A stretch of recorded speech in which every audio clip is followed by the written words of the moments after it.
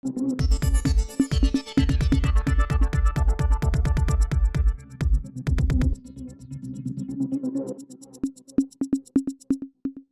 Focus Tamil நேயர்களுக்கு வணக்கம். இன்று நம்மோடு நேர்காணலில் இருந்திருக்கக்கூடியவர் நமது செய்தி ஆசிரியர் திரு அன்பழகன் அவர்கள். வணக்கம் சார். சார், இப்போ பார்த்தீங்கன்னா ஆளுநர் RN ரவி அப்புறம் தமிழக அரசு ஆகியோர்களது இடையேயான வழக்கில் பார்த்தீங்கன்னா தமிழக அரசுக்கு சார்பாக தீர்ப்பு வழங்கப்பட்டது. இதனைத் தொடர்ந்து இந்த விவகாரத்தில் பார்த்தீங்கன்னா கான்ட்ரவர்சிஸ் வந்து தொடர்ந்து கிரியேட் ஆகிட்டே இருக்கு. இதை நீங்கள் எப்படி பார்க்குறீங்க? அந்த கான்ட்ரவர்சிஸ் கிரியேட் ஆகிறதுக்கான காரணம் என்ன சார்? ஃபர்ஸ்ட் ஆஃப் ஆல் வந்து இந்த கான்ட்ரவர்சி எதனால், அந்த காரணம் என்ன அப்படின்னு பார்க்கும்பொழுது வந்து உச்சநீதிமன்றம் வந்து இந்தியாவுடைய அந்த விடுதலை அடைந்த 75 ஆண்டுகள் வரலாற்றில் முதல் முறையாக வந்து ஒரு முக்கியமான ஒரு விஷயம், அதாவது தமிழக அரசினுடைய கொள்கை ரீதியான சில முக்கிய முடிவுகள், ஒரு குறிப்பிட்ட விஷயத்தில் ஆளுநருக்கு அதிகாரம் உண்டா அல்லது தேர்ந்தெடுக்கப்பட்ட மாநில அரசுக்கு அதிகாரம் உண்டா அப்படிங்கிற ஒரு கொள்கை சார்ந்த விவகாரம். அந்த மாதிரியான விஷயத்தில் உச்சநீதிமன்றம் வந்து தன்னோட சுப்பீரியர் பவரான 142 பயன்படுத்தியிருக்காங்க அப்படிங்கிறது தான் வந்து ஒரு விஷயமா சேலஞ்ச் பண்ணுறாங்க. அதுதான் கான்ட்ரவர்சியாக மாறுது. 142 வந்து பயன்படுத்தலாமா, இந்த விஷயத்தில் 142 பயன்படுத்தலாமா அப்படிங்கிற ஒரு விஷயம், அது ரொம்ப முக்கியமான விஷயம். 142 நீங்கள் பயன்படுத்தி எப்படி வந்து ஒரு அதிகபட்ச அதிகாரத்தை வந்து நீங்கள் வந்து ஒரு ஸ்டேட் சிஎம்க்கு கொடுக்க முடியும் அப்படிங்கிற ஒரு விஷயத்தை வந்து சேலஞ்ச் பண்ணுறாங்க. இது ஒன்று. ரெண்டாவது விஷயம் என்னென்னா, எப்படி வந்து நீங்கள் ஆளுநருக்கும் குடியரசுத் தலைவருக்கும் டைம் ஃப்ரேம் நீங்கள் ஃபிக்ஸ் பண்ண முடியும்? கான்ஸ்டியூஷனில் வந்து அது எப்படி வரையறுக்கப்பட்டிருக்கு அப்படின்னா, as soon as possible அப்படிங்கிற மாதிரி அவங்களுக்கு வந்து கூடுமான வரைவில் விரைவாக அந்த விஷயத்தில் வந்து நீங்கள் வந்து ஒரு தீர்வு எட்டுங்க அப்படிங்கிற மாதிரியான விஷயம் மென்ஷன் பண்ணியிருக்கு. குறிப்பிட்ட டைம் ஃப்ரேம் வந்து ஃபிக்ஸ் பண்ணலை அப்படிங்கிறது கவனிக்க வேண்டிய விஷயம். இப்போ உச்சநீதிமன்றம் என்ன சொல்லியிருக்காங்கன்னா, குறிப்பாக வந்து அந்த 2 பெஞ்ச், அதாவது நீதிபதி மகாதேவன் மற்றும் பரிதிவாலா பெஞ்ச், அந்த பெஞ்ச் தான் வந்து ஒரு முக்கியமான விஷயத்தை இதில் ஜட்மெண்ட்டாக கொடுத்துருக்காங்க. 3 மாதம் டைம் ஃப்ரேம் கொடுத்துருக்காங்க. 3 மாதம் டைம் ஃப்ரேம் கொடுத்துருக்காங்க. 3 மாதம் கொடுத்தா 3 மாதம் நீங்கள் ஃபுல்லாகவும் எடுத்துக்க முடியாது. நீங்கள் என்ன முடிவு எடுக்க போகிறீங்க அப்படிங்கிறத 1 மாதத்தில் நீங்கள் தகவல் கொடுத்தாகணும் ஆளுநருக்கு அப்படின்ற மாதிரி சொல்லியிருக்காங்க. ஜனாதிபதிக்கு கிளியர் கட்டாக 3 மாதம் வரை நீங்கள் வந்து டைம் அதுக்கு மேலே எடுக்கக்கூடாது அப்படிங்கிற மாதிரியான ஒரு ஃப்ரேம் ஃபிக்ஸ் பண்ணாங்க. இப்போ இதைத்தான் வந்து என்னென்னா, ஒரு ஜனாதிபதி வழிநடத்தக்கூடிய இடத்த உச்சநீதிமன்றம் வந்துருச்சா அப்படின்ற ஒரு விஷயத்தை கேள்விக்குட்படுத்துகிறாங்க. குறிப்பாக பாஜகவை சேர்ந்த, அதாவது ராஜ்யசபாவினுடைய சேர்பர்சன் திரு ஜெகதீப் தன்கர், குடியரசு துணைத் தலைவர் ஜெகதீப் தன்கர் தான் வந்து தொடர்ச்சியாக வந்து பல அரங்குகளில் வந்து இந்த விஷயத்தை பற்றி ரொம்ப காட்டமாக கருத்து சொல்லிட்டு இருக்காரு. அதாவது வந்து நாடாளுமன்றமே தேவை கிடையாது, அப்போ சுப்ரீம் பவர் வந்து உச்சநீதிமன்றம் கையில் எடுத்துக்கிச்சா அப்படின்ற ஒரு விஷயத்தை ரைஸ் பண்ணுறாங்க. நேற்றைக்கு கூட பார்த்தீங்கன்னா வந்து இருக்கக்கூடிய டெல்லி யூனிவர்சிட்டியில் அங்கே வந்து அங்கே ஒரு மீட்டிங், அந்த மீட்டிங்கில் வந்து அவர் அந்த கருத்தை பேசுகிறார். அதே மாதிரி தான் விஷயத்தை பேசுகிறார். சுப்பீரியர் பவர் வந்து நாடாளுமன்றத்துக்கு உள்ளே வரக்கூடிய மக்களால் தேர்ந்தெடுக்கப்படக்கூடிய எம்பிக்களுக்கும் தான் வந்து சுப்பீரியர் பவர். ஸோ வந்து அவங்கள தாண்டி ஒரு சுப்பீரியர் பவர் எப்படி சுப்ரீம் கோர்ட்டுக்கு எடுத்துக்க முடியும் அப்படின்ற ஒரு விஷயத்தை அவர் கேள்விக்கு உட்படுத்துறாரு. ஸோ வந்து அது வந்து பாசிபிள் கிடையாது. அதனால் திரும்ப பாஜக தன்கர் வெளிப்படையாக பேசுகிறாரு. மற்ற பாஜகவினர் எக்ஸ்ட்ரீம் லெவலுக்குலாம் போகிறாங்க. குறிப்பாக வந்து பார்த்திங்கன்னா வந்து நிஷிகாந்த் துபே எம்பி அவரும் சரி, தினேஷ் சர்மா அந்த எம்பி 2 பேரும் பார்த்திங்கன்னா வந்து வெளிப்படையாக வந்து தீர்ப்பை வந்து உச்சநீதிமன்றத்தை நோக்கி எழுப்புறாங்க. ரெண்டாவது வந்து தனிப்பட்ட இண்டிவிஜுவல்ஸ், தலைமை நீதிபதியெல்லாம் எதிர்த்து ரொம்ப காட்டமான வந்து ஒரு நாட்டில் உருவாக்கக்கூடிய மிகப்பெரிய பிரச்சனைக்கு, மிகப்பெரிய ஒரு அசம்பாத விஷயத்துக்கு காரணமாக இருக்காங்க அப்படிங்கிற மாதிரிலாம் வந்து தனிப்பட்ட நீதிபதிகளுக்கு வந்து ஒரு மோசமான ஒரு காரணத்தை கற்பிக்கிறாங்கிறது இங்கே அவங்க விஷயத்தை ரொம்ப முக்கியமான விஷயத்தை இதுதான் வந்து அவங்க ஃபோக்கஸ் பண்ணிட்டு இருக்காங்க. சரி, இப்போ இது தொடர்பாக பாஜக பார்த்தீங்கன்னா தொடர்ந்து ஸ்டேட்மெண்ட்ஸ் வச்சுட்டு வராங்க. ஸோ அந்த ஸ்டேட்மெண்ட்டில் இருக்கக்கூடிய உண்மைத்தன்மை நீங்கள் எப்படி பார்க்குறீங்க? அதாவது பாஜக சொல்லக்கூடிய ஸ்டேட்மெண்ட்டில் கவனிக்க வேண்டிய விஷயம் என்னென்னா, ஒரு சீரியஸான ஒரு விஷயம். அதான் நான் ஏற்கனவே சொன்ன கொள்கை சார்ந்த சில விஷயங்கள் இருக்குது. தமிழக அரசினுடைய, அதாவது மாநில அரசினுடைய கொள்கை சார்ந்த விஷயம் இருக்குது. அந்த மாதிரியான விஷயத்தில் வந்து சட்டமன்றங்கள், அதாவது என்னென்னா அது ரொம்ப பியூட்டிஃபுல்லான ஒரு விஷயம் இருக்குது. என்னென்னா, நம்ம எல்லாருமே வந்து கோபமாக வந்து பாஜகவுக்கு எதிரான தீர்ப்பு வந்திருக்கு, ஆளுநருக்கு எதிரான தீர்ப்பு வந்திருக்கு, ஜனாதிபதிக்கு எதிராக தீர்ப்பு வந்திருக்கு அப்படின்னு சொல்லிட்டு நம்ம எல்லாருமே இதை வந்து கொண்டாடுறோம். வந்து ஒரு உச்சநீதிமன்றம் ஒரு சிறப்பான விஷயத்தை செஞ்சு கொண்டாடுறோம், நல்ல விஷயம். ஆனால் அதே நேரத்தில் இப்போ பாஜக என்ன ஒரு விஷயத்தை முன் வைக்கிறாங்க அப்படின்னா, இப்போ சுப்பீரியர் பவர் வந்து சுப்ரீம் கோர்ட்டுக்கு போயிருக்கு. சுப்பீரியர் பவர் சுப்ரீம் கோர்ட் கிடையாது. சுப்ரீம் பவர் நாடாளுமன்றத்தை தான், சட்டத்தை ஏற்றக்கூடிய மன்றங்கள், நாடாளுமன்றங்கள், சட்டமன்றங்கள், அதற்கு தான் வந்து சுப்ரீம் பவர் அப்படின்ற விஷயத்த.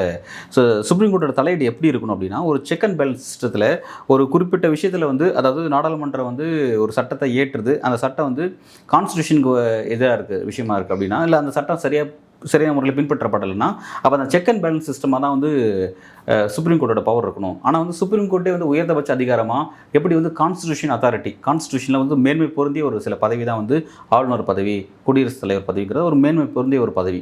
அந்த மாதிரியான பதவிக்கு எப்படி இவங்க வந்து டைம் ஃப்ரேம் ஃபிக்ஸ் பண்ண முடியும்? அப்போ கான்ஸ்டியூஷன் உருவாக்கினவங்களாம் வந்து அதை பற்றி நான் வந்து ஒரு புரிதல் இல்லாதவங்களா? அப்படின்னு கேட்குறாங்க. இப்போ வந்து பார்த்தீங்கன்னா ஆர்ஜேடியோட எம்பி அவர் வந்து ராஷ்ட்ரிய ஜனதாதளத்தோட எம்பி வந்து அவர் ஒரு கேள்வி கேட்டிருக்காரு. என்ன சொல்கிறாருன்னா, ஜெகதீப் தன்கர் வந்து சில விஷயத்தை ரிவீல் பண்ணி பார்க்க வேண்டியது இருக்குது. நம்ம கான்ஸ்டியூஷன் அமர்வு வந்து எப்படி டிபேட் நடந்துச்சு, அந்த அசம்பிளியில் எப்படி எந்த விதமான டிபேட் நடந்துச்சு, எப்படி வந்து அந்த சட்டத்தெல்லாம் உருவாக்கணும் அப்படிங்கிறத பாருங்கள், அது வந்து இது கிளாரிட்டியாக சில பதில் சொல்லுன்னு சொல்கிறாங்க. பட் நம்ம இங்கே என்ன ஒரு விஷயத்தை கவனிக்கணும் அப்படின்னா, பாஜக சொல்கிற ஸ்டேட்மெண்ட்டில் வந்து அவங்க வந்து தங்களுடைய அதிகாரத்தை சேலஞ்ச் பண்ணிட்டாங்கிறதுல ஒரு பெரிய டிஸ்டர்பில் இருக்காங்க. அதாவது எப்படின்னா, ஆளுநருக்கு ஒரு டைம் ஃப்ரேம் ஃபிக்ஸ் பண்ணதில் பெரிய டிஸ்டர்பாக இருக்காங்க. ஜனாதிபதிக்கு நீங்கள் எப்படி டைம் ஃப்ரேம் ஃபிக்ஸ் பண்ண முடியும்? அதாவது என்ன சொல்ல, ஒரு நாட்டில் ஃபஸ்ட்டு சிட்டிசன் அவங்களுக்கு அப்புறம் தான் மற்ற சிட்டிசன், பிரதமர் அதுக்கு அடுத்து தான் அப்படின்ற மாதிரியான ஒரு முக்கியமான ஒரு கீ போஸ்ட்டில் இருக்காங்க. அந்த கீ போஸ்ட்டில் கொண்டவங்களோட அதிகாரத்தில் நீங்கள் எப்படி தலையிடுறீங்க, அதை அவங்களால பொறுத்துக்க முடியல. அந்த ஆதங்கத்தை தான் வந்து வெளிப்படையாக ஜெகதீப் தன்கர் பேசுகிறான்னு சாதாரண விஷயம் கிடையாது. பாஜகனுடைய 3ஆம் கட்ட தலைவர் 4ஆம் கட்ட தலைவர் பேச்சு கிடையாது. அவர் பாஜகவால் நியமிக்கப்படக்கூடிய குடியரசு துணைத் தலைவராக இருந்தாலுமே கூட அவர் வந்து பாஜகவோட டோனை தான் வந்து அவர் வெளிப்படையாகவே பேசிகிட்டு இருக்கார். அது வந்து பாஜகவுடைய முழுமையான ஆசீர்வாதம் பெற்ற பேச்சு தான் நம்ம அதை பார்க்கணும். அதே மாதிரி அவங்க எம்பிக்கள் சொன்ன தினேஷ் சர்மாவும் சரி, நிஷிகாந்த் துபேவும் சரி, அவங்க வந்து முழுக்க நட்டா சொல்கிறார், அது தனிப்பட்ட கருத்து, எங்கள் பார்ட்டியினுடைய கருத்து கிடையாதுன்னு சொல்லி சொல்கிறார்.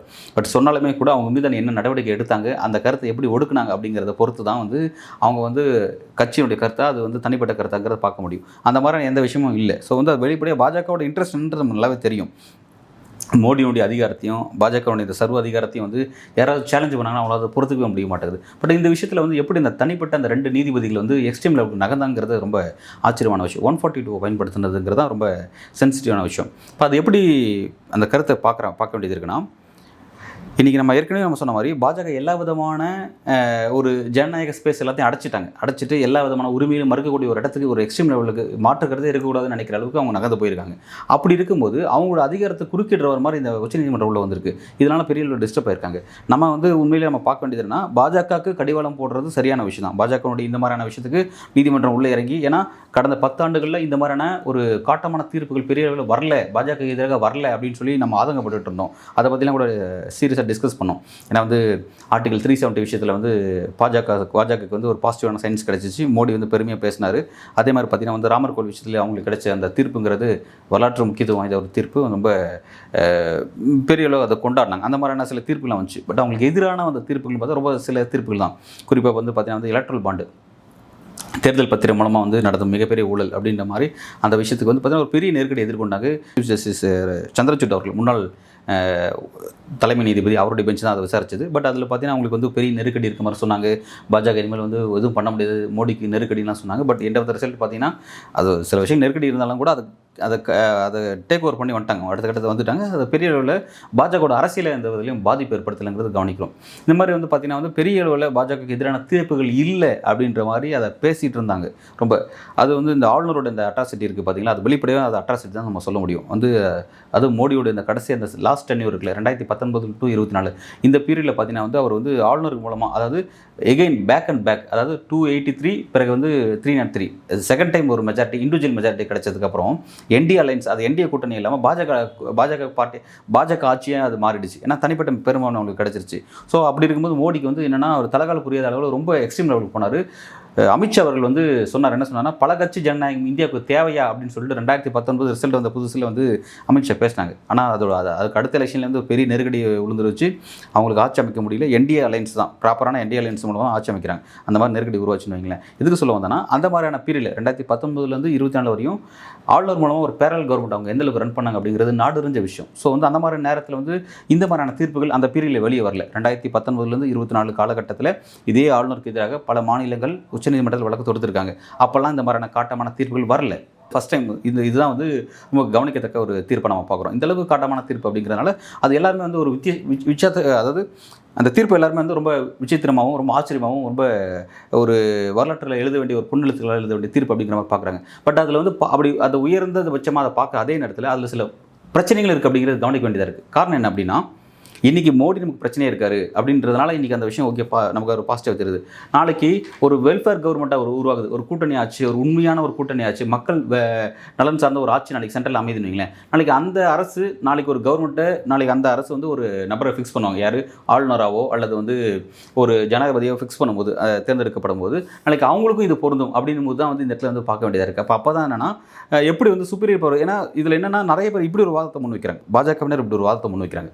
அது என்ன சொல்கிறாங்கன்னா, சரி டைம் ஃப்ரேம் கான்ஸ்டியூஷனில் ஆளுநருக்கும் ஜனாதிபதிக்கும் டைம் ஃப்ரேம் இல்லை, ஆஸ் சூன் ஆஸ் பாசிபிள் தான் இருக்குது, ஒத்துக்கிறோம். ஆனால் இப்போ நீங்கள் வந்து 3 மாதம் டைம் நீங்கள் ஃபிக்ஸ் பண்ணி சொல்லியிருக்கீங்களே, சரி ஓகே, நான் ஏன்னா கான்ஸ்டியூஷன் அத்தாரிட்டி உயர் அத்தாரிட்டி இருக்குது, நீங்கள் வந்து அவங்களோட அதிகாரத்தை தலையிட்டு அவங்களுக்கு நீங்கள் வந்து ஒரு அதிகாரத்தை அவங்க அதிகாரத்தை தலையிட்டு நீங்கள் ஒரு ஆர்டர் போட்டிருக்கீங்க. சரி ஓகே, இப்போ நான் உங்களை ஒரு கேள்வி கேட்குறேன். அதாவது பாஜகவை சொல்கிறேன், நீதிமன்றத்தை நோக்கி நீங்கள் எவ்வளோ வழக்குகள் எல்லா விதமான விவாதங்கள் எல்லாமே பிரதிவாதங்கள் எல்லா வாதம் முடிஞ்சு அதை ஹோல்ட் பண்ணி வச்சுட்டு டேட் குறிப்பிடாமல் நீங்கள் பல வழக்கில் ஒத்தி வச்சுட்டு லேட்டராக நீங்கள் வந்து ஜட்மெண்ட் கொடுக்குறீங்க. இப்போ அந்த ஆளுநரோட வழக்கு பார்த்தீங்கன்னா வந்து இப்போ வந்து ஏப்ரல் மாதம் ஜட்மெண்ட் வந்திருக்கு. பட் இந்த வழக்கோட வாதம் பிரதிவாதம்லாம் எப்போ முடிஞ்சுன்னா பிப்ரவரியில் முடிஞ்சிட்டு வந்து தேதி குறிப்பிடாமல் ஒத்தி வச்சுட்டு இப்போ வந்து அந்த தீர்ப்பு கொடுத்துருக்காங்க. இதையே அவங்க கொஸ்டின் கொடுத்துருக்காங்க. எப்படி வந்து நீதிபதிகள் வந்து நீங்கள் அந்த டைம் உங்களுக்கு அந்த ஆஸ் சூன் ஆஸ் பாசிபிள்ங்கிறத வந்து நீங்கள் எவ்வளோ நேரம் எடுத்துக்கிறீங்களே, உங்களுக்கு ஏன் டைம் ஃப்ரேம் இல்லாமல் இருக்குது? பல வழக்குகள் எல்லா விஷயத்தையும் முடிச்சுட்டு 1 இயர் கழிச்சு நீங்கள் ஜட்மெண்ட் கொடுக்குறீங்களே, இப்படிலாம் வந்து ஒரு கொஸ்டின் ரைஸ் பண்ணுறாங்க. இப்போ அது பார்த்தீங்கன்னா அதில் ஒரு நியாயம் இருக்குதுன்னு நம்ம பார்க்கணும். அந்த கருத்து இல்லைன்னு நம்ம மறுக்க முடியாது. ஏன் அதாவது நீதிமன்றம் வந்து ஏன்னா நீதிமன்றத்துக்கு எல்லா விதமான ஒரு தனி பவர்லாம் அவங்களுக்கு இருக்குது. அப்படி இருக்கும்போது இந்த மாதிரியான விஷயத்தை யாரும் கேள்விக்கு உட்படுத்துறதில்லை. இந்த 75 ஆண்டுகள சுதந்திர இந்திய வரலாற்றில் வந்து நீதிமன்றத்துக்கு இருக்கக்கூடிய ஸ்பெஷல் ரைட்ஸை பற்றி யாரும் பெரிய கேள்விக்கு உட்படுத்துறதில்லை. பார்த்தீங்கன்னா வந்து இந்த ரீசெண்ட் டேஸில் வந்து ஒரு முக்கியமான விஷயம் வந்திருக்கு. பார்த்தீங்கன்னா வந்து 2016-17 பார்த்தீங்கன்னா நீதிபதிகள் எப்படி நியமிக்கப்படுறாங்க அப்படிங்கிற விஷயத்தை கொலிஜியம் சொல்லிட்டு ஒரு சிஸ்டம் இருக்குது. அதுதான் வந்து நீதிபதிகள் யார் வந்து தலைமை நீதிபதி, யார் ஒரு மாவட்டத்தினுடைய உயர் நீதிபதிகள் அப்படிங்கிற மாதிரி விஷயம். இந்த மாதிரி அவங்களுக்கும் சில சுப்பீரியர் பவர், அவங்களுக்கும் எப்படி ஹையராரிக்கல் அப்படிங்கிறது அவங்களுக்கு விஷயங்கள் இருக்குது. இப்போ இதெல்லாம் வந்து அந்த கொலிஜியம் சிஸ்டம் தான் முடிவு பண்ணுது. அந்த கொலிஜியம் சிஸ்டத்தை வந்து கேள்விக்கு உட்படுத்தப்பட்ட ஒரு விஷயம் எப்போ நடந்துச்சுன்னா 2017 காலகட்டத்தில் நடந்துச்சு நினைக்கிறேன். ஒரு பெரிய விவாதம் நடந்துச்சு. அது எப்படிலாம் வந்து அன்றைக்கி பத்திரிகைகள் எழுதுனாங்கன்னா, உலகத்தில் எந்த நாட்டிலும் இல்லாத ஒரு சிஸ்டம் வந்து இந்தியாவில் வந்து நீதிபதி நியமன விஷயத்தில் பின்பற்றப்படுது அப்படின்ற மாதிரி விஷயத்தெல்லாம் ரைஸ் பண்ணாங்க. இப்போ அந்த விஷயத்தெல்லாம் வந்து பார்த்தீங்கன்னா வந்து நாடாளுமன்றத்துக்கு ஒரு அதிகாரம் இருக்குது. நாடாளுமன்றத்துக்கு வந்து அதாவது யார் வந்து நீதிபதிகள் நியமிக்கணும்னு சொல்லிட்டு நாடாளுமன்றம் வந்து தலையிட்டு, இதே மோடி அரசு தலையிட்டு அதில் சில விஷயத்தை அவங்களும் ஃபார்ம் பண்ணாங்க. அந்த கொலிஜியம் சிஸ்டத்துக்கு மாற்றாக வேற ஒரு சிஸ்டம் ஃபாலோ பண்ண சொல்லி அவங்க ஒரு முயற்சி எடுத்தாங்க. பட் நீதிமன்றம் வந்து அதை வந்து புறந்தள்ளிச்சு அப்படின்னு பார்த்தோம். இதில் என்ன சொல்ல வரானா, பாஜக என்ன சொல்ல வரானா, உங்களுக்கு ஒரு பிரச்சனை வரும்போது நீங்கள் வந்து உங்களோட சிஸ்டத்தில் கை வைக்காத அளவுக்கு நீங்கள் எப்படி இதாக வச்சுக்கிறீங்க, அப்போ இருக்கும் எங்களோட சிஸ்டத்தில் நீங்கள் ஏன் கை வைக்கிறீங்க, இது எங்களோட சிஸ்டம், நீங்கள் இதுக்குள்ளே நீங்கள் ஏன் வரீங்க? அதாவது எப்படின்னா பாஜக வர்சஸ் உச்சநீதிமன்றம், பாஜக வர்சஸ் நீதிமன்றம் அப்படிங்கிற மாதிரி இந்த சப்ஜெக்ட் வந்து மாறிடுச்சு. எப்படி நாங்கள் நியமிக்கப்பட்ட ஆளுநருக்கு நாங்கள் தேர்ந்தெடுக்கப்படக்கூடிய தேர்தல் மூலமாக நாங்கள் எலெக்ஷன் வச்சு நாங்கள் தேர்ந்தெடுக்கக்கூடிய ஜனாதிபதிக்கு நீங்கள் எப்படி டைம் ஃப்ரேம் ஃபிக்ஸ் பண்ண முடியும், அப்படின்னு உங்கள் விஷயத்துக்கு நாங்கள் ஏன் டைம் ஃப்ரேம் ஃபிக்ஸ் பண்ணக்கூடாதா அப்படின்ற மாதிரியான விவாதத்தெல்லாம் வந்து கிளப்புறாங்க. அது அப்படி அந்த பேச்சில் நம்ம அந்த ஒரு பார்வை நம்ம பார்க்க வேண்டியதாக இருக்குது. ஒன்று. ரெண்டாவது பார்த்தீங்கன்னா வந்து 142 பயன்படுத்துறது பார்த்தீங்கன்னா இண்டிவிஜுவல் பெஞ்ச், அதாவது 2 பேர் பெஞ்சுங்கிறது ஒரு சின்ன நம்பர்ஸ் கொண்ட பெஞ்சு. அதாவது வந்து ஒரு பெரிய அரசியல் சாசன டிபேட் வந்து நடக்கணும். ஒரு 9 பேர் கொண்ட பெஞ்சு, 7 பேர் கொண்ட பெஞ்சு, குறைஞ்சபட்சம் 5 பேர் கொண்ட பெஞ்சாவது இருந்திருக்கணும்.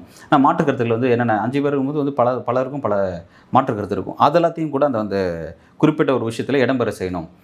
அப்போ தான் வந்து மெஜாரிட்டி. ஏன்னா இப்போ வந்து பாஜக வந்து ஒரு மறு ஆய்வு மனு போடுறாங்க. அந்த மறு ஆய்வு மனு வந்து வெற்றி பெறுதா இல்லைன்னு தெரியல, அது ப்ராசஸ் போயிட்டுருக்கு. மறு ஆய்வு மனு ஏதாவது இந்த விஷயத்தை எதிர்த்து அதை 142 பயன்படுத்தி இப்படி வந்து ஆளுநருக்கு எதிராகவும் ஜனாதிபதிக்கு எதிராகவும் நீங்கள் ஒரு ஃபிக்ஸ் பண்ணிங்க பார்த்தீங்கன்னா, இந்த விஷயத்தை எதிர்த்து நாங்களும் வந்து ஒரு அடுத்த ஒரு ஹியரிங் அப்படி ஒரு விஷயத்தை அங்கே நோக்கி நகரோம் அப்படின்னு சொல்கிறாங்க. பட் அது எப்படி ஆக போகுதுன்னு தெரியலன்னு வைங்களேன்.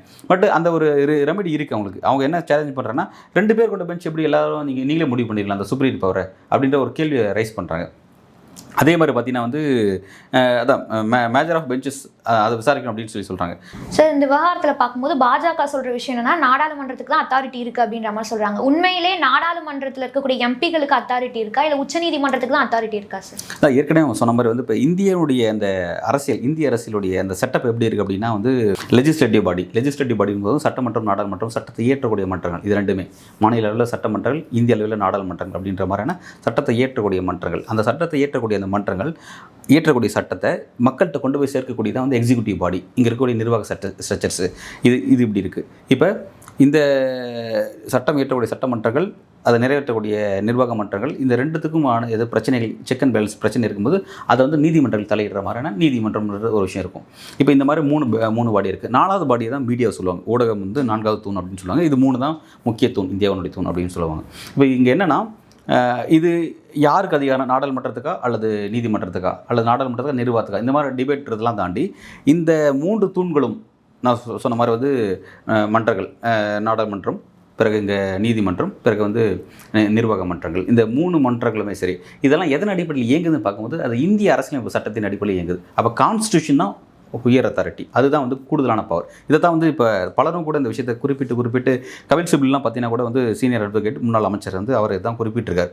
சுப்பீரியர் பவர் நமக்கு வந்து இந்தியன் கான்ஸ்டியூஷனாக இருக்கும். கான்ஸ்டியூஷனில் இருக்கிற விஷயங்கள் சரியாக பின்பற்றப்படுதா, அது பின்பற்றப்படாமல் அந்த விஷயத்தை பிரேக் பண்ணப்படுதா அப்படிங்கிறத கண்காணிக்கிறதா வந்து நீதிமன்றங்கள் கண்காணிக்கும் அப்படிங்கிறது விஷயம். ஆனால் அந்த கான்ஸ்டியூஷனில் ஒரு புதிய சட்டத்தை கொண்டு போய் அதாவது ஆல்ரெடி இருக்கக்கூடிய பட்டியலில் புதுசாக ஒரு சட்டத்தை கொண்டு போய் சேர்க்கிறது அப்படிங்கிற விஷயத்தை யார் முடிவு எடுக்கிறதுனா இந்த சட்டமன்றம் நாடாளுமன்றம் தான் முடிவு எடுக்குது. புதுசாக ஒரு சட்டத்தை கொண்டு போய் சேர்க்கிறதா இருக்கட்டும், அல்லது ஆல்ரெடி இருக்கிற சட்டத்தை திருத்தம் செய்கிறதா இருக்கட்டும், அதெல்லாம் இவங்களோட சம்மந்தப்பட்ட விஷயம் தான். அப்போ இதுதான் வந்து ஒரு உயர்ந்தபட்சம் அது அதிகாரம் கொண்டது, நாடாளுமன்றம் தான் அதிகாரம் கொண்டது. ஆனால் இதில் என்னென்னா வந்து நாடாளுமன்றங்கள்கிட்ட அதிகபட்ச அதிகாரம் இருக்கிறதுல ஒரு ப்ளஸ் இருக்குது. அதாவது நீதிமன்றங்கள் ஒரு சட்டத்தை பைகாட் பண்ணுறதுல, அதாவது என்னென்னா இந்த 142 போன்ற விஷயத்தை தனக்கு சாதகமாக பயன்படுத்திக்கிறது அப்படிங்கிற விஷயத்தை பாஜக ஒரு குற்றச்சாட்டை முன்வைக்கிறாங்க. அவங்க சொல்கிறது ஒரு முக்கியமான ஒரு வாதம் ஒன்று இருக்குது. அது என்னென்னா, இப்போ வந்து பார்த்திங்கன்னா நாடாளுமன்றம் அதிகபட்சமான சட்டத்தை இயற்றுறது, மக்களுக்கு விரோதமான சட்டத்தை இயற்றுதுன்னு வச்சுப்போமே. இயற்றும் போது மக்கள் அதனால் பாதிக்கப்படுறாங்க. அப்படின்னும் போது நாளைக்கு அந்த மக்கள் தன்னோட பாதிப்புக்கு காரணமான அந்த நாடாளுமன்றத்தையும் அந்த நாடாளுமன்றத்தில் இருந்த நாடாளுமன்ற உறுப்பினர்களையும் மக்களால் தண்டிக்க முடியும். அடுத்த தேர்தலில் அவங்களுக்கு எதிராக வாக்களிக்க முடியும். அதில் அவங்க தோல்வியடைய செய்ய முடியும். ஆனால் ஒரு சுப்பீரியர் ஒரு அதிகாரம் வந்து நீதிமன்றத்துக்கு போகும்போது நீதிமன்றம் வந்து எலெக்டட் பாடி, அது ரிப்பீட்டடாக பார்த்தீங்கன்னா அது ஒரு பேட்டன் இருக்குது. நான் ஏற்கனவே சொன்ன மாதிரி வந்து கொலிஜியம் ஒரு பேட்டன் இருக்குது. ரெண்டாவது படித்து நீதிபதியில் மாவட்ட நீதிபதியாக இருக்கக்கூடியவங்க ஹையர் எடிக்கில் ஒவ்வொரு ஸ்டெப்பில் எக்ஸ்பீரியன்ஸ் அடிப்படையில் அடுத்தடுத்த கட்டமாக வளர்ச்சி அடைஞ்சு போகிறாங்க. இப்போ அந்த மாதிரி நீதிபதி விஷயத்தில் நம்ம யாரும் அதை வந்து கேள்விக்கு உட்படுத்த முடியாது, அந்த விஷயத்தை நம்ம டச் பண்ண முடியாது. அந்த ஒரு விஷயத்தை ஒரு வாதமாக முன்வைக்கிறாங்க. ஏன்னா வந்து பார்த்தீங்கன்னா கடந்த காலத்தில் 76 வந்து எமர்ஜென்சி பீரியடில் இந்திரா காந்தி அவர்கள் வந்து அவருக்கு எதிராக தேர்தலில் அவங்க முறைகேட்டில் ஈடுபட்டாங்க அப்படின்னு சொல்லிட்டு அவங்க மீதான ஒரு வழக்கு, ரேபரேலி தொகுதியில் ஒரு முறைகேட்டில் ஈடுபட்டாங்க, அதாவது அரசு இயந்திரத்தை தனக்கு ஆதரவாக பயன்படுத்திக்கிட்டாங்க அப்படிங்கிற ஒரு முக்கியமான ஒரு குற்றச்சாட்டு. அது ராஜ நாராயணம் அவர் தான் வந்து அந்த வழக்கு தொடுக்கிறார். அவர் தான் அந்த தேர்தலை தோற்கிறான்னு நினைக்கிறேன். அவங்க தான் ஒரு வழக்கு தொடுக்கிறார். அந்த விஷயத்தை வந்து அலகாபாத் உயர்நீதிமன்றம் விசாரிக்குது. ஒரு முக்கியமான ஒரு வரலாற்றில் பொன்னெழுத்துக்களால் பொதிக்கப்படக்கூடிய ஒரு தீர்ப்பை வந்து அன்றைய அலகாபாத் உயர்நீதிமன்ற நீதிபதி வந்து ஜெக் மோகன்லால் அவர் வந்து கொடுக்குறார். என்ன சொல்கிறாருன்னா, பிரதமர் இந்திரா காந்தி தேர்தல் வெற்றி பெற்று செல்லாதுன்ற ஒரு அறிவிப்பை கொடுக்குறார். ஒரு முக்கியமான ஒரு விஷயம். அது இந்தியாவுடைய அரசியலே வந்து தலைகளை புரட்டிப்பட்ட ஒரு விஷயம். அதை ஒட்டி வந்து அடுத்து வந்து ஒரு அடுத்து கொஞ்சம் நாட்களே வந்து சுப்ரீம் கோர்ட்டில் ரிலீஃப் கிடச்சிருது. அவங்களுக்கு வந்து ஒரு கிருஷ்ணகிரி நினைக்கிறேன் அந்த நீதிபதி, அவர் தான் வந்து சுப்ரீம் கோர்ட்டில் வந்து இந்திரா காந்திக்கு ரிலீஃப் கொடுத்துட்டாங்க. அவங்க பிரதமரை தொடரலாம், சில விஷயம்லாம் கூட அவங்களுக்கு சில வசதியெல்லாம் கூட கொடுத்துருப்பார் அந்த இடத்துல. அதெல்லாம் வந்து சரி கொடுத்துட்டாங்க. பட் அடுத்த ஸ்ட்ரக்சர் ஹைகோர்ட்டில் ஒரு விஷயம் அவங்களுக்கு கிடச்சிச்சு, நெகட்டிவாக கிடச்சிச்சுன்னா பாசிட்டிவ்க்காக அடுத்து மேலே போவாங்க. அங்கே ஒரு பாசிட்டிவ் சைன்ஸ் கிடச்சிருச்சு. ஆனால் அதுக்கப்புறம் இந்திரா காந்தி என்ன பண்ணாங்கிறத கவனிக்க வேண்டிய விஷயம். அவங்க என்ன செஞ்சாங்கன்னா, நாடாளுமன்றத்தில் ஒரு சட்டத்தையே கொண்டு வந்தாங்க. என்ன பண்ணாங்கன்னா, முக்கியமான 4 பேர், அந்த 4 பேர் விஷயத்தில் நீதிமன்றங்கள் அவங்கள தண்டிக்க முடியாது அப்படின்ற ஒரு விஷயத்தை மாற்றினாங்க. அது என்னென்னா, பிரதமர், பிறகு வந்து மக்களவை சபாநாயகர், பிறகு வந்து குடியரசுத் தலைவர், குடியரசு துணைத் தலைவர், இந்த 4 பேருக்கும் எதிரான ஒரு விஷயத்தில் அவங்களோட தேர்தல் சார்ந்த விஷயத்தில் நீதிமன்றங்கள் தலையிட முடியாது. அவங்கள தண்டிக்கிறது யார் தண்டிக்க முடியும் அப்படின்னா, நாடாளுமன்றத்துமே சில ஒரு குழு நியமிக்கும், அந்த குழு தான் தண்டிக்க முடியும் அப்படின்ற மாதிரியான ஒரு சட்டத்தை வந்து மாற்றி அமைக்கிறாங்க. இது வந்து தனக்கு சாதகமாக ஒரு விஷயத்தை அமைச்சிட்டாங்க. அதாவது ஒரு பிரதமருக்கு எதிரான ஒரு விஷயத்தை நாடாளுமன்றமே விசாரிக்க போதும். நாடாளுமன்றத்தில் யார் மெஜாரிட்டி இருப்பாங்க நமக்கு தெரிஞ்ச விஷயம், ஆளுங்கட்சியாக தான் இருக்கும். ஆளுங்கட்சி கூட்டணி தான். அப்படி இருக்கும்போது அதுவே எப்படி வந்து அந்த பிரதமர் தண்டிக்க முடியும் அப்படின்ற மாதிரி ஒரு தங்களுக்கு சாதகமான விஷயத்தை மாற்றி அமைச்சிட்டாங்கன்னு வைங்களேன். இப்போ அதனால் என்ன ஆச்சுன்னா, ஆனால் அடுத்து நடந்த தேர்தல், அதுக்கப்புறம் நடந்த எமர்ஜென்சி கொண்டு வந்தாங்க. அந்த பிரச்சனையில் எமர்ஜென்சி கொண்டு வந்து பல பிரச்சனையை நடந்துச்சு. நம்ம பார்த்தோம், இந்தியாவில் சுதந்திரமே இல்லாத, அதாவது மிகப்பெரிய ஒரு பிரிட்டிஷ் பீரியடில் இல்லாத நெருக்கடியில் அந்த காலகட்டத்தில் சந்திக்கக்கூடிய ஒரு நெருக்கடி இங்கே ஏற்பட்டுச்சு மக்களுக்கு. அது ஒரு மோசமான ஒரு சுச்சுவேஷன் வைங்களேன். அந்த பீரியடுக்கு அப்புறம் நடந்த எலெக்ஷனில் இந்திரா காந்தி தோற்கடிக்கப்பட்டாங்க, பெரிய அளவில் தோற்கடிக்கப்பட்டாங்க. காங்கிரஸே தோல்வி அடைஞ்சு ஒரு 30 ஆண்டுகளுக்கு பிறகு காங்கிரஸே இல்லாத ஒரு கவர்மெண்ட், ஃபஸ்ட்டு கவர்மெண்ட் வந்து ஜனதா கவர்மெண்ட் ஃபார்ம் ஆச்சு அப்படிங்கிறத கவனிக்கிறோம். மொரார்ஜி தேசாய் தலைமையில் ஒரு கவர்மெண்ட் ஃபார்ம் ஆச்சுங்கிறத கவனிக்கிறோம். பட் அந்த கவர்மெண்ட் வந்து ஒரு ஃபுல் 5 இயர்ஸ் வந்து இருக்க முடியல அப்படிங்கிறது வேறு விஷயம். பட் இந்திரா காந்தி தோற்கடிக்கப்பட்டாங்கிறது முக்கியமான விஷயம். மக்கள் தண்டிச்சிட்டாங்க. இப்படி ஒரு விஷயத்தை செஞ்சதுனால மக்கள் தண்டிச்சிருக்காங்க. அந்த ஒரு விஷயம் இது வந்து ஒரு முக்கியமான விஷயமாக வந்து பாஜகவினர் இப்போ குறிப்பிடுறாங்க. ஏன்னா வந்து அதிகாரம் நாடாளுமன்றத்தில் இருக்கும்போது நாடாளுமன்றத்தில் இருக்கக்கூடிய எம்பிக்களை மக்கள் தண்டிக்க முடியும். ஆனால் அந்த அதிகாரம் எப்படி வந்து நீங்கள் வந்து உச்சநீதிமன்றத்துக்கு போகும், நீதிமன்றத்துக்கு போனால் நீதிமன்றத்தை மக்களால் எப்படி தண்டிக்க முடியும் அப்படின்ற ஒரு வாதத்தை வந்து இங்கே வைக்கிறாங்க. அந்த வாதத்தை நம்ம ஒதுக்கி தள்ள முடியாது. ஒரு முக்கியமான ஒரு வாதம், நம்ம கவனிக்க வேண்டிய விஷயம். ஏன்னா ஏற்கனவே பாஜக சொல்ல மாதிரி இந்த கொலிஜியம் சிஸ்டமோ அதை கேள்விக்குட்படுத்துகிற மாதிரியோ, ஏன்னா இப்போ வந்து ரீசெண்டாக நீங்கள் கவனிச்சிருப்பீங்க, தமிழ்நாட்டில் இருந்து பார்த்தீங்கன்னா வந்து ஹைகோர்ட் முன்னாள் நீதிபதிகள், ஓய்வு பெற்ற நீதிபதிகள் ஹரி பரந்தாமன் மற்றும் சந்திரோ ஒரு முக்கியமான ஒரு ப்ரெஸ் மீட் ஒன்று வச்சுருந்தாங்க. ரீசெண்ட் டேஸில் வந்து நடந்துச்சு. அந்த ப்ரெஸ் மீட்டில் அவங்க முக்கியமான விஷயத்தை அட்ரஸ் பண்ணாங்க. என்னென்னா, நீதிமன்றங்களில் எந்த அளவுக்கு கேஸ்ட் டாமினேஷன் இருக்குது அப்படின்னு சொல்லி ஒரு விஷயத்த சொல்லியிருந்தாங்க. அதே மாதிரி வந்து பெண் நீதிபதிகள், மாவட்ட அளவில் இருக்கிற பெண் நீதிபதிகள் எப்படி வந்து அவங்களுடைய அடுத்த கட்டமான வளர்ச்சி அவங்களுக்கு தடைப்படுது, உள்ள என்ன மாதிரியான பாலிடிக்ஸ் நடக்குது அப்படிங்கிற விஷயத்த வந்து அவர் பர்டிகுலராக வந்து சென்னை ஹைகோர்ட்டை மட்டும் மையமாக வச்சு உள்ளுக்குள்ளே இவ்வளோ பிரச்சனை இருக்குது அப்படிங்கிறத சொல்லியிருந்தாங்க. ரொம்ப டீப்பாக நிறைய விஷயங்கள் அதை பற்றி பேசினாங்க. நம்ம சேனலில் கூட பார்த்தீங்கன்னா வந்து ஓய்வு பெற்ற நீதிபதி ஹரி பிறந்தவன் கூட நமக்கு வந்து இதை பற்றி ஒரு விரிவாக ஒரு நேர்காணல் கொடுத்துருப்பார்.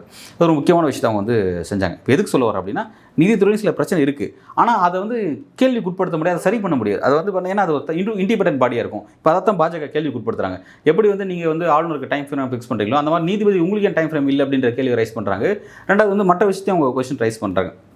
இப்போ இந்த மாதிரி விஷயங்கள் இருக்குதுன்னு பார்க்குறோம். அதே மாதிரி நம்ம பாஜக சொல்லக்கூடிய ஒரே விஷயம் என்னன்னா, அதிகாரம் நாடாளுமன்றத்தில் இருக்கும்போது நாடாளுமன்றத்தை மக்கள் தண்டிக்க முடியும், அது வந்து நீதிமன்றத்துக்கு போகும்போது நீதிமன்றத்தை மக்களால் தண்டிக்க முடியாது அப்படிங்கிற ஒரு வாதம் வந்து ஆணித்தரமான வாதம். அதை ஒதுக்கி தள்ள முடியாது. அது நியாயமான வாதம் நம்ம பார்க்க வேண்டியதாக இருக்குது. அவங்க இது எதுக்காக நியாயமாக இப்போ பாஜக பேசுகிறதுனால தான் அதில் இருக்க நியாயம் இருக்கா நம்ம பார்க்க மாட்டோம். இதுவே வேற ஒரு கட்சி பேசியிருந்தா வச்சு அவங்க பேசல நியாயம் இருக்கா நம்ம பார்க்குறோம். ஏன்னா பாஜக அடிப்படையில் பார்த்தீங்கன்னா வந்து எல்லா விதமான நியாயத்தையும் புறந்தள்ளக்கூடிய ஒரு ஒரு காட்டாட்சி நடத்தக்கூடிய ஒரு நபர்கள் தான். ஏன்னா அவங்க கடந்த காலத்தில் அவங்க என்ன விஷயம்லாம் செஞ்சாங்க நம்ம பார்த்துருக்கோம். அதுக்காக வந்து தமிழ்நாடு வந்து திரும்ப திரும்ப அவங்களை தண்டிக்கிறது நம்ம பார்த்துருக்கோம். அது வேறு விஷயம் வைங்களேன். அதனால் பாஜக இந்த விஷயத்தில் பேசும்போது பாஜகவை தான் பார்க்குறாங்களே தவிர பாஜகக்குள்ளே இருக்க நியாயம் என்னன்றதை பார்க்க மாட்டாராம். அதில் இப்படி ஒரு பாசிட்டிவ் சைன்ஸ் இருக்குது அப்படிங்கிறத கவனிக்கணும். ஸோ வந்து இது வந்து டிபேட்டபிள் சப்ஜெக்ட் தான் நான் பார்க்குறேன். இது ஒரு தீவிரமான விவாதத்துக்கு உட்பட வேண்டிய சப்ஜெக்ட். 142 எதுக்கு பயன்படுத்தணும், எத்தனை பேர் கொண்ட பெஞ்சை பயன்படுத்தணும், இந்த விஷயத்தில் பயன்படுத்தப்பட்டது சரியாக பொருந்துமா? ஏன்னா இப்போ இந்த விஷயத்தை 142 பயன்படுத்தி கொடுத்தது மட்டும் இல்லாமல் 414 பக்கம் அந்த ஜட்மெண்ட் சார்ந்த சில காப்பீஸ் வந்து அவங்க உச்சநீதிமன்றம் தங்களுடைய வெப்சைட்டில் வெளியிட்டிருந்தாங்க. அதில் ஒரு முக்கியமான விஷயத்தை குறிப்பிட்டிருந்தாங்க. என்ன சொன்னாங்கன்னா, இந்த ஜட்மெண்ட் ஆளுநர் RN ரவிக்கு எதிராக தமிழ்நாடு அரசு தொடுத்த அந்த வழக்கு, இந்த வழக்கில் உச்சநீதிமன்றம் கொடுத்த அந்த 2 பேர் கொண்ட பெஞ்ச் வந்து கொடுத்த அந்த தீர்ப்புங்கிறது ஏனைய இந்தியாவுக்கும் பொருந்தும், எல்லா மாநில ஆளுநருக்கு எதிராகவும் இது பொருந்தும், இதை எல்லா மாநில உயர்நீதிமன்ற நீதிபதிகளுக்கும் அவங்க அமைச்சிருக்காங்க. ஸோ வந்து இது எல்லாத்தையும் ஃபாலோ பண்ணணும் அப்படின்னு. ஆனால் வந்துட்டு கேரளா அதை மறுக்கிறாங்களா, அவங்க அதை அக்செப்ட் பண்ணிக்க மாட்டாங்களே, அதுக்கான காரணம் அது ரொம்ப ஒரு முக்கியமான விஷயம். நேற்றுக்கு நடந்த அந்த வழக்கு தான். அதில் என்னன்னா, கேரளா என்ன பண்ணியிருக்காங்கன்னா, ஏற்கனவே ஆரிஃப் முகமது கான் அவர் வந்து இப்போ வந்து வெஸ்ட் பெங்காலுடைய ஆளுநராக இருக்கார். இதுக்கு முன்னாடி வந்து கேரளாவுடைய ஆளுநராக இருந்தார். அங்கே வந்து இதே மாதிரி ஆளுநர் RN ரவி எப்படி வந்து இங்கே இருக்கக்கூடிய திமுக அரசுக்கு குடைச்சல் கொடுக்குறாரோ, அங்கே இருக்கக்கூடிய இடது முன்னணி அரசுக்கு வந்து ஒரு பெரிய நெருக்கடியை அவர் கொடுத்துருந்தாரு. அதே மாதிரியான பல மசோதாக்களுக்கு அவர் வந்து ஒப்புதல் கொடுக்காம இருந்தார். இப்போ அந்த வழக்கை வந்து இப்போ தமிழ்நாடு கவர்மெண்ட் இப்படி பாசிட்டிவ் சைன் வாங்கினதுனால இந்த சைனை கொண்டு போயிட்டு கேரளா கவர்மெண்ட் கேட்குறாங்க, தமிழ்நாடு ஒரு ரிலீஃப் கொடுத்துருக்கீங்களே, இதே பிரச்சனை தான் எங்களுக்கும் இருக்குது, ஸோ வந்து அதன் அடிப்படையில் எங்களுக்கு வந்து ஒரு ரிலீஃப் கொடுங்க அப்படின்ற மாதிரி போய் கேட்டிருக்காங்க. கேரளா சார்ந்த இந்த வழக்கு பார்த்தீங்கன்னா வந்து நீதிபதி BS நரசிம்மா மற்றும் ஜாய் மால்யா இந்த 2 பேர் கொண்ட அந்த பெஞ்சுக்கு தான் வந்து அந்த வழக்கு வந்து விசாரணைக்கு வருது. அப்போ அந்த வழக்கில் வந்து பார்த்தீங்கன்னா வந்து மத்திய அரசு சார்பில் வந்து அட்டர்னி ஜெனரல் வெங்கட்ரமணி ஆஜரானார். அதே மாதிரி இந்த கேரளா ஆளுநர் தரப்பில் வந்து இவர் துஷார் மேத்தா அரசு ஆளுநர் தரப்பு வக்கீலாக வந்து அவர் தான் ஆஜரானார். அவர் என்ன சொன்னார்னா, முக்கியமான விஷயம், தமிழ்நாட்டில் நடந்த பிரச்சனை அந்த சினாரியோ வேறு, அது கேரளா விஷயத்தில் கேரளா ஆரிஃப் கான் முகமது விஷயத்தில் இங்கே நடந்த விஷயம் வேறு, சப்ஜெக்ட் ரெண்டுமே பொருந்தாது. ஆளுநர் அப்படிங்கிறதுனால மட்டுமே இதை ஒன்றா பார்க்க முடியாது, உள்ளுக்குள்ளே நடந்த விஷயம் வேறு, சப்ஜெக்ட்ஸ் வேறு, சப்ஜெக்ட்ஸ் அதை இதுக்கு பொருத்த முடியாதுன்னு சொல்லி ஒரு வாதத்தை வந்து அட்டர்னி ஜெனரல் வந்து இவர் வெங்கட்ரமணி சரி துஷார் மேத்தா 2 பேருமே அந்த வாதத்தை வச்சாங்க. ஸோ வந்து அப்போ அந்த 2 பேர் கொண்ட பெஞ்ச் வந்து அவங்க என்னன்னா அந்த விஷயத்தை பார்த்துட்டு வந்து ஸோ வந்து அது இதுக்கு பொருந்துமா, தமிழ்நாட்டில் நடந்த பிரச்சனை ஆளுநர் சார்ந்த அந்த பிரச்சனை, கேரளா நடந்த ஆளுநர் சார்ந்த பிரச்சனை, ஆளுநருக்கிறதாக அது பொருந்துமா அப்படிங்கிற செகண்டரி, பிரச்சனை உள்ள என்ன இருக்குன்னு பார்க்க வேண்டியதுன்னு சொல்லிட்டாங்க. அப்போ அந்த பிரச்சனை இதுக்கு பொருந்துமா அப்படிங்கிறத பற்றி நாங்கள் வந்து ஆய்வு செய்வோம், அதை வந்து விசாரிக்கும், அந்த பெஞ்சை விசாரிக்கணும்னு சொல்லிட்டு May 6 வழக்கு ஒத்தி வச்சிருக்காங்க. விசாரிச்சு அது அதே சைமல்டேனியஸ் எல்லாமே சப்ஜெக்ட்ஸ் உள்ள இதுக்கும் பொருந்துமாங்கிறத பார்க்க போகிறாங்க. இப்போ அதுதான் அங்கேயும் ஒப்புதல் ஆளுநர் வந்து, அதாவது ஆரிஃப் முகமது கான் வந்து ஒரு கிட்டத்தட்ட எக்ஸாக்ட் எத்தனை ஆவணங்கள்னு தெரியல, எத்தனை மசோதான்னு தெரியல, பல மசோதாக்கு அவர் ஒப்புதல் கொடுக்கல, இதே மாதிரியான பேட்டர்ன் அவர் பின்பற்றினார். ஆனால் இப்போ இவங்க வைக்கிற வாதம் என்னன்னா, சப்ஜெக்ட் வேறன்னு சொல்லி இவர் அரசு தரப்பு வக்கீல், அந்த மத்திய அரசு தரப்போட வக்கீல் வந்து அவங்க இந்த சப்ஜெக்ட் வேறன்னு வைக்கிறாங்க. சப்ஜெக்டை பொருத்தி பார்த்து சப்போஸ் பொருந்துச்சுன்னா, ஏன்னா வந்து அன்றைக்கு நீங்கள் கேட்டீங்க, ஏன்னா வந்து அந்த ஆளுநர் RN ரவிக்கு எதிரான வழக்கில் வந்து பார்த்தீங்கன்னா கொடுத்த ஜட்மெண்ட் எல்லா விதமான ஆளுநருக்கும் பொருந்தும் தான் சொல்லி கொடுத்தாங்க அவங்க. ஆனால் 142 பயன்படுத்துறது மூலமாக 142 பயன்படுத்தி ஒரு நீதி இங்கே பெற்றீங்கன்னா அந்த நீதியை வந்து வேறு எங்கேயுமே நீங்கள் பயன்படுத்த முடியாது. அது அந்த வழக்கில் அந்த பெஞ்சுக்கு மட்டும் தான் அது பொருந்தும், அதுவே வந்து நீங்கள் எல்லா இதுக்கும் பொருந்தாது. ஏன்னா உச்சநீதிமன்றம் கொடுக்கக்கூடிய மற்ற தீர்ப்புகள் பார்த்தீங்கன்னா அதை நீங்கள் அதை மேற்கொள்ள காமிச்சு நீங்கள் மற்ற மாநிலத்தில் இருக்கக்கூடிய உயர்நீதிமன்றத்தில் இல்லை மாவட்ட நீதிமன்றத்தில் கூட ரிலீஃப் வாங்கலாம். ஆனால் 142 பயன்படுத்தும் போது வாங்க முடியாது அப்படின்ற மாதிரி சட்டத்தில் சில சாராம்சம் இருக்குது. அப்படி இருக்கும்போது ஆனால் பெஞ்சு குறிப்பிட்டுச்சு என்னன்னா, இதை பயன்படுத்தி வாங்கலாம்னு சொன்னாங்க, இந்தியா ஃபுல்லாக பொருந்துன்னு சொன்னாங்க. ஆனால் கேரளா போய் நிற்கும்போது சப்ஜெக்ட் வேறன்ற ஒரு வார்த்தை முன் வச்சு இப்போ அதுக்கு பொருந்தாது அப்படின்றத சொல்லியிருக்காங்க. இப்போ அதுக்கு பொருந்தாதா அப்படிங்கிறத May 6 அந்த வந்து விசாரித்து May 6 அடுத்த கட்டமாக அது என்ன நகருது அப்படிங்கிறத நம்ம தெரிஞ்சுக்க முடியும். பட் எனிவே வந்து இந்த சப்ஜெக்டை பொறுத்த வரைக்கும் அதிகாரம் யாருக்கு உயர்ந்தபட்ச அதிகாரம் அப்படிங்கிற விஷயத்தில் ஒரு நம்ம பெரிய டிபேட் தான். இப்போ நம்ம என்னன்னா 142 எத்தனை பேர் கொண்ட பெஞ்சை பயன்படுத்தலாம் அப்படிங்கிறத விவாதத்துக்கு உட்பட்ட சப்ஜெக்ட், நம்ம அதை பார்க்கலாம். இப்போ வந்து என்னன்னா ஆளுநர் விஷயத்தில், ஜனாதிபதி விஷயத்தில் கொடுத்த அந்த விஷயம் சுப்ரீம் கோர்ட் போயிடுச்சு அப்படிங்கிறதுல பாஜக பெரிய டிஸ்டர்ப் ஆயிருக்காங்க. இப்போ இதை எப்படி பாஜக ஓவர் கம் பண்ண போகிறாங்க, எப்படி இதை டீசெண்டாக அதை அடுத்த கட்டமாக கொண்டு போக போகிறாங்க, இது சார்ந்து சட்ட ரீதியான விவாதங்கள் எந்த அளவுக்கு வந்து முன்னெடுக்கப்பட போகுது அப்படிங்கிறது தெரியல. மேபி இந்த விஷயத்துக்காகவே வந்து நாளைக்கு வந்து பார்லிமெண்ட்டில் இது சார்ந்த இந்த மாதிரி விஷயத்துக்கு நாளைக்கு வந்து வேறு ஏதாவது ஏன்னா மோடி அரசு வந்து பல விஷயத்துக்கு சட்டம் கொண்டு வந்துருக்காங்க. நாளைக்கு இந்த விஷயத்தில் பார்த்தீங்கன்னா கூட ஒரு அடுத்த சட்டத்தை கொண்டு வரலாம்னு நினைக்கிறேன். நான் இப்படி உச்சநீதிமன்றம் கொடுத்துருக்க தீர்ப்புங்கிறது கான்ஸ்டியூஷன் வயலேட் பண்ணக்கூடியதாக இருக்குது. ஸோ வந்து அதை ஏற்றுக்க முடியும்னு சொல்லிட்டு நாடாளுமன்றம் அதை கூட நாங்கள் அந்த சட்டத்தை நாங்கள் மாற்றி அமைக்க போகிறோம் அப்படிங்கிற கூட கொண்டு வரதுக்கான வாய்ப்பு இருக்குது. பட் எதை நோக்கி நகர போகிறாங்க அப்படிங்கிறத நம்ம பொறுத்து தான் பார்க்கணும். ஆளுநர் RN ரவி வழக்கு தொடர்பான கான்ட்ரவர்சிஸ் பற்றி கருத்துக்கள் பகிர்ந்து கொண்டீங்க. மிக்க நன்றி.